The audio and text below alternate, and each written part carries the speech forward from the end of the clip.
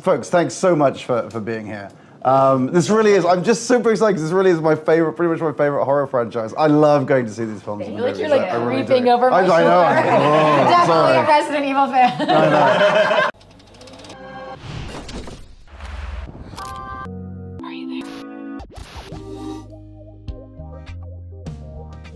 Hi there, my name is Clark Coes. I'm with Entertainment Weekly, and here we are at New York Comic Con. And it's my huge pleasure to say that I've been joined by Paul W.S. Anderson, the director of Resident Evil: The Final Chapter, which hits cinemas January 27th, as well as cast members Mila Jovovich, Ali Larter, William Levy, Owen Macken. Paul, maybe we could just, maybe, for what I could be wrong, but I seem to remember last time we sort of ended with the action in Washington. Where does it pick up this time around? It picks up in decimated Washington, D.C., pretty much straight after the end of the last movie, so it's a direct continuation. And Mila, what's your character up to this time? Nothing pleasant. She starts off really sick and exhausted, and it's all downhill from there.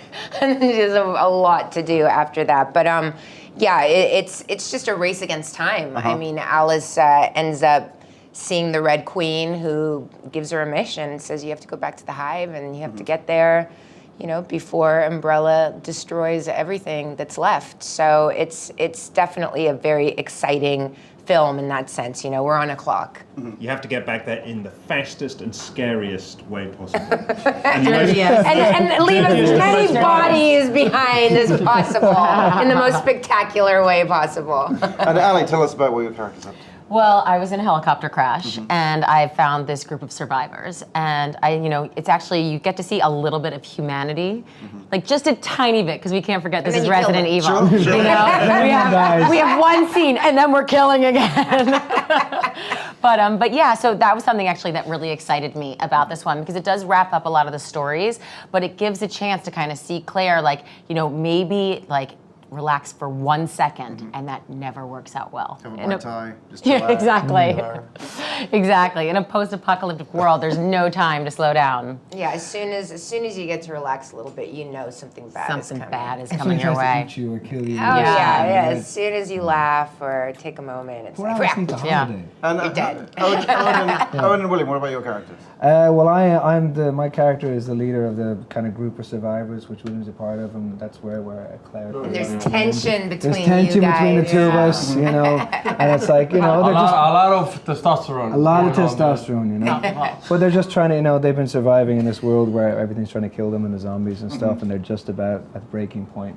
And then Alice comes along and makes everything even more difficult. So breaks them.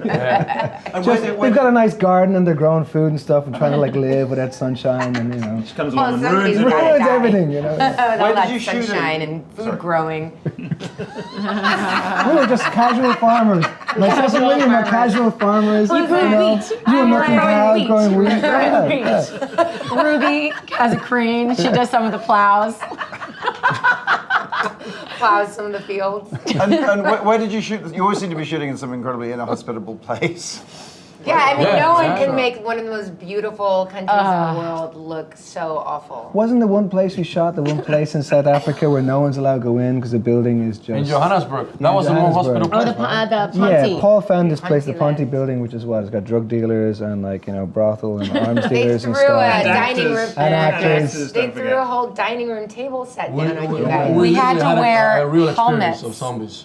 You know, we had to wear helmets to go to the bathroom. I remember because people getting were a literally panic chucking phone call things from out. Paul. He's like, they're throwing furniture on us from the 40th story. They threw a dining room table on us. We gotta get out of here. People are getting stuck at gunpoint on the way to set, but it's okay. No, literally, we had to cut, you know, like 3 or 4 days off production over there because it just got too crazy. We did like all the wides, and then you guys had to do all your close-ups back in Cape Town. Yeah, no, it's true. The Resident Evil franchise, you know, we shoot in some of the most beautiful places on Earth. We shot this one in South Africa, and it is the most gorgeous country I've ever been to.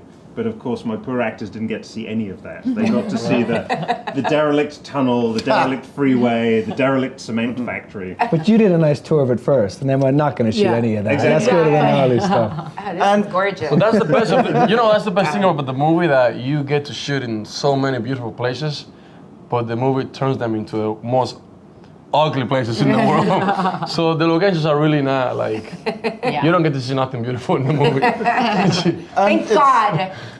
It's called the No final daylight. chapter. Is this the final chapter, you think? It certainly is. It brings everything to a climax. You know, it's Alice going back to where it all began, going back to Raccoon City, going back to the Hive, and discovering the truth about herself. You know, I'm mad because I keep trying to convince him to write the final chapter part 2. I'm like, why? Why not? Like, why do we have to end? It's like, no. Well, it's they had done. the last It's exorcism done. part 2, so I don't see why they can't have the final chapter. Well, folks, it's been an absolute pleasure. I can't wait to see this I can't wait to see this in January. This has been Clark Collis talking to the Resident Evil team. For more, check out EW.com.